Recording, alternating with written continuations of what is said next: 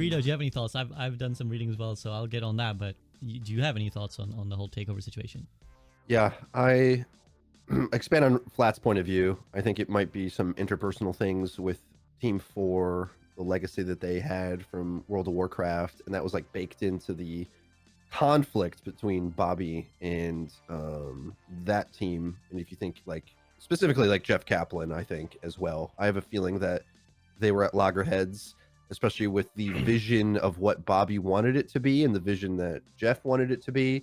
It was just never going to work, more or less, because they had two different viewpoints.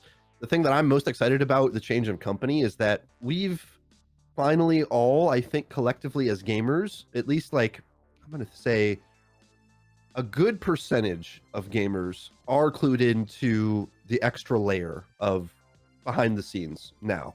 Whereas I would say 20 years ago, maybe, or especially prior to the lawsuit, like there was still a veil of mystery over Blizzard where it was still, when you think of the launch of Overwatch, of course, a lot of people don't remember the reputation that Blizzard had at that time. It was like the second coming, more or less. Oh, they're making a new game. It's got to be the greatest thing ever. So it was almost the anticipation of anything they made was going to be welcomed with open arms, just from the legacy reputation that they had. But Bobby leveraged that, and multiple times, where if some problem that he had, he has a playbook that he would run, and more people are clued into what that playbook is, where it's like public scandal, make an announcement. Like that's how that goes. Like promise more, distract, deflect. Yeah. You know, the writing apologies for placeholder token positions to say that are in his words. Like he's playing both sides. It really is like, I'm trying to think, Succession or House of Cards. Like he's on this kind of level of manipulation, right? That's not an exaggeration. That's the guy. Okay, that's how he's run the company so far. And it's not even, it's been too long that we can draw the dots, that it's obvious now when the next one's coming up, because it's like, oh, you've done this 100 times. We know you've done it.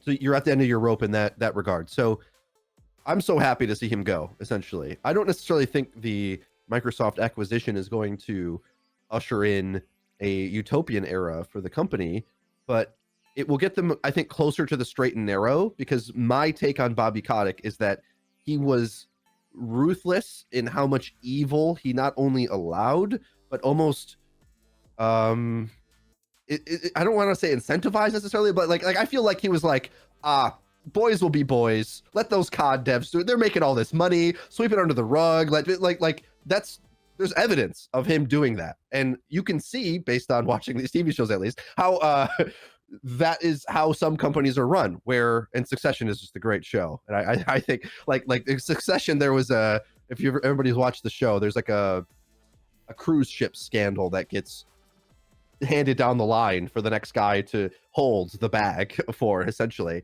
And this is basically what Bobby Kotick's experience is with the scandals that he's taken part in. So finally we can like put that to bed and just put new management on top. Like, you know, your restaurant closes, they've been poisoning people. What was that, Sizzler or something that was doing that back in the 90s or whatever? New management. Phil Spencer said a lot of positive things, and the truth about Xbox and just Microsoft in general, and Sam said earlier that they want a return on investment. I think they're going to be patient.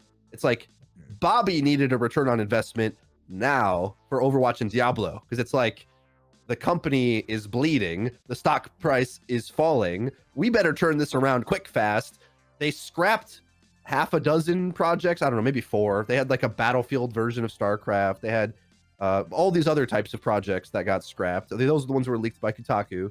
And if you ever go to Blizzard, they always have sections of rooms that are closed off. It's like, are they just vacant, or are they doing something in there? So if we at least put like a placeholder project there, we know. Oh, and then now that's closed.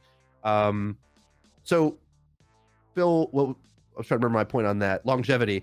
They just want Xbox Game Pass. So they're willing to take the wide Jeff Bezos approach of losing money for a while, spending money to bully out the competition. And I have concerns about monopoly.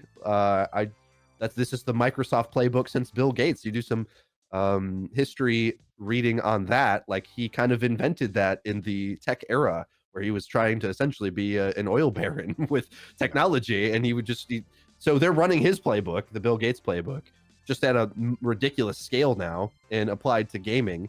So I'm a little concerned about that, but their so far responsibility has been better than the tactics that I have seen Activision and Blizzard do. And Phil Spencer even specifically said in an interview that, you know, the PR stunts isn't their game, right? Like if they're going to make a mistake, it's going to be in a more honest way. It's not that they don't make mistakes. They make plenty of mistakes, but they're not like deliberately trying to rob Peter to pay Paul with their PR. I don't think there's evidence of that. Maybe I'm wrong, but I haven't seen it. Does anyone think like there's a Bobby Kotick playbook that Xbox or Microsoft have done? When they face planted, it's like, we're going to put a Kinect in every home or whatever. Like it's like goofy stuff that they can learn from.